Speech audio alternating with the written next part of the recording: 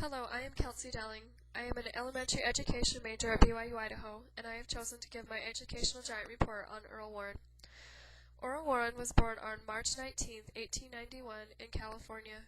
During his childhood, he grew up in Bakersville, California, where his father worked for the Southern Pacific Railroad. Warren also worked for the railroad part-time.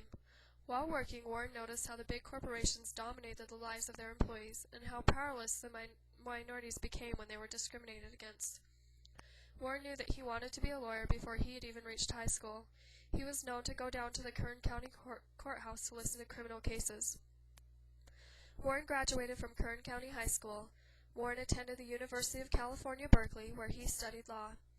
Warren was admitted to the California bar in 1914. He worked for a law firm in San Francisco, California for 5 years. In August 1917, he enlisted and joined the U.S. Army during World War I.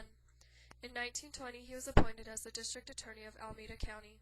He was reelected to three four-year terms.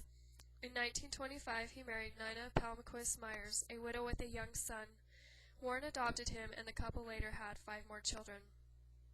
In 1938, he was elected as the Attorney General. In 1942, Warren was elected as the governor of California. He was re-elected 3 times, becoming the only person of California to be re-elected 3 times. Warren ran for Vice President of the United States in 1948 on the Republican ticket with Thomas Dewey. Heavily favored to win, they lost in a stunning upset to in-office President Harry Truman and his Vice President running mate Alvin Barkley. Warren was appointed to be the 14th Chief Justice of the United States in 1953 by President Dwight D. Eisenhower, who commented that he represented the kind of political, economic, and social thinking that I believe we need on the Supreme Court. He has a national name for integrity, uprightness, and courage that, again, I believe we need on the court. To the surprise of many, Warren was much more liberal justice than had been anticipated.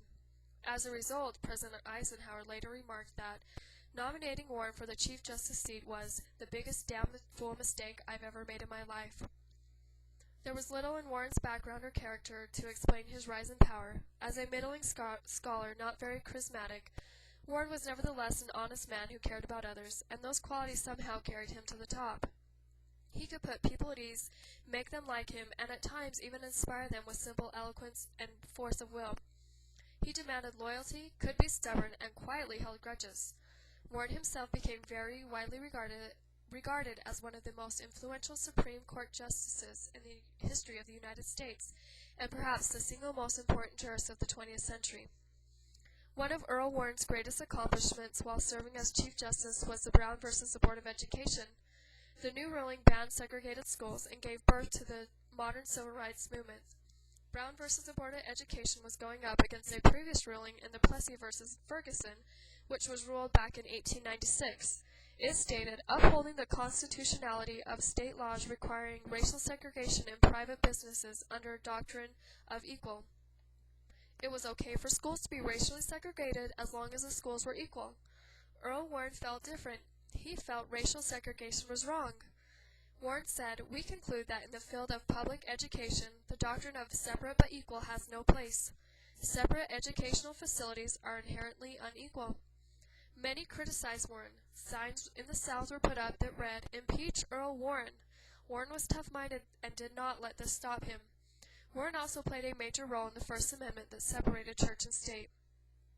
The court's decision made it so prayers were not mandatory in public schools. Many scholars believe that Earl Warren does not measure up to great intellectual giants in terms of jurisprudence. His opinions and thoughts were not always understood, but his strength was that he believed in the Constitution. He believed that he needed to incorporate the natural rights to all citizens, and that he had a special duty in protecting those rights.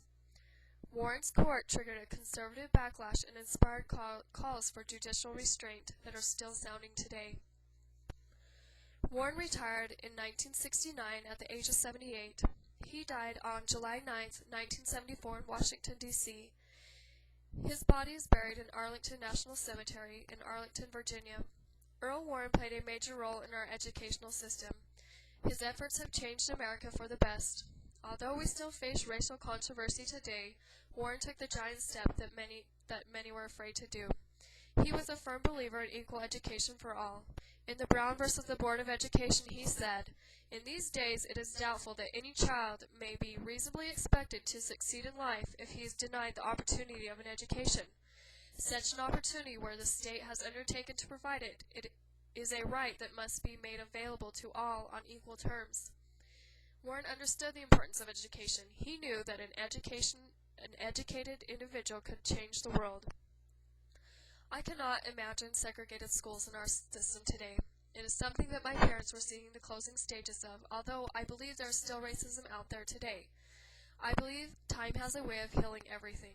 Every rising generation gets further away from the pain that was caused by segregated schools. My daughter would have no clue what the word segregated means, something that my parents knew very well what it meant. America's educational system has come so far since the Brown versus the Boards of Education. I believe that Warren's effects also played a major role in equal rights for women as well. In the colonial days, girls were not known to attend the schools as much as the boys, but today women are advancing the educational system and obtaining successful careers. As a teacher, I would like to emulate Warren's beliefs in equality to my students. I want them to be able to understand that every person has a right to equal treatment, just as Warren firmly believed.